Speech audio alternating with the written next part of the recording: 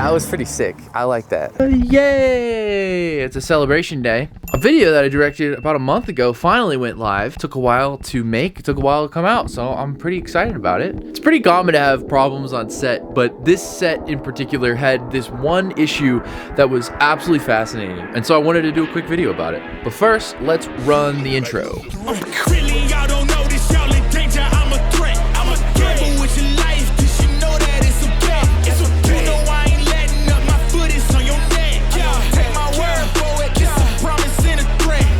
On one side, you have Jordan Fisher. On the other side, you have content creators, including like Sydeon, Yvonnie, Kira Please. Jordan was going to be like the host of the entire show. I think he did a really great job.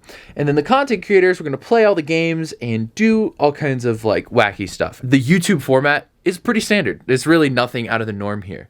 The problem was that we initially thought that Jordan had 8 hours on set, but it turned out he only had 2. And the content creators we also thought had 8 hours on set turned out to only have 4.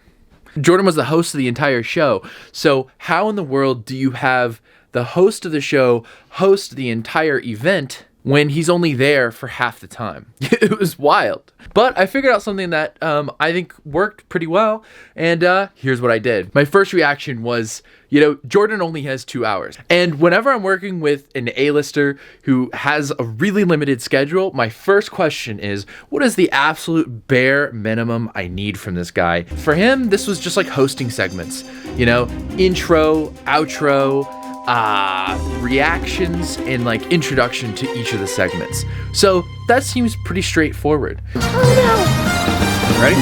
Yep, whenever you're ready. What's up? I'm Jordan Fisher. All right, so today Logitech and I invited 6 of my favorite content creators. Nod to that one primarily. Yeah. He felt tight. That was pretty sick. I like that.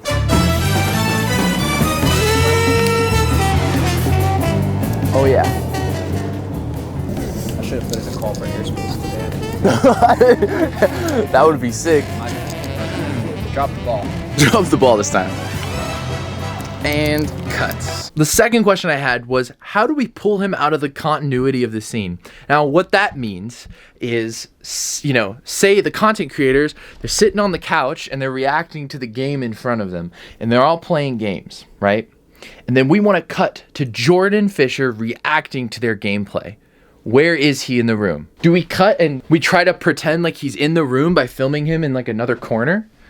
So something funny happens and everybody's like, oh, that's crazy. And then we cut and Jordan's back here like, oh, that's crazy. But the geometry of the scene is going to feel super off if he's not in frame with everybody else. It just felt like doing that was going to jack up the rest of my actual shots, and that would have been a huge burden. So not only does he need to record all of his reactions, he needs to not be in the room for it. Otherwise, it could feel super fake and super weird. So instead of worrying about where he's going to be in the room while we were shooting our gameplay or something like that, I ended up taking like the Impractical Jokers route, where instead of him being a continuous figure in the large gameplay scenes, we just stick him in a control room type thing where he can just host from there. But just because I wanted to put a nice little extra bit of flair on it, I recognized that we could probably get all the control room stuff done in the first hour. So for Jordan's second hour, we should have the content creator schedule overlap with his diagram that looks like this. And in this 1 hour, he should play a game with everybody.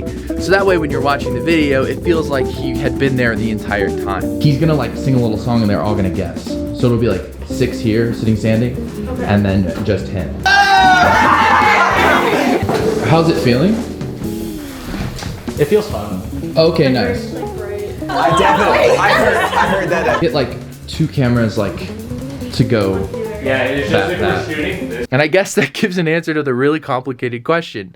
How do you have a host an event while only being there half the time?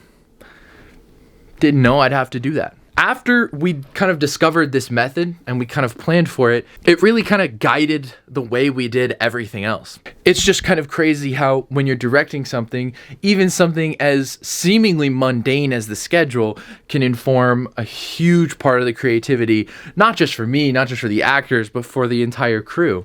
And I thought that was really wild. I never thought a schedule could contribute creatively to, a movie set. And I thought that was really wild. It was kind of the first time that it ever happened. At least happened to this extent. I've had moments where I've just had really tight schedules, but never before did it really contribute to the main meat and content of the video. A seemingly really simple YouTube video can really turn into something quite advanced, especially when you're working with somebody like Jordan Fisher, who has such limited time. And he was great. He was really impressive. He was really talented. And one day I hope to be like that. How do you do it, Jordan? Remember to like and subscribe if you liked the video and want to subscribe. If you didn't like it, maybe subscribe and you'll like something in the future. Please. That's pretty much all. All right, goodbye.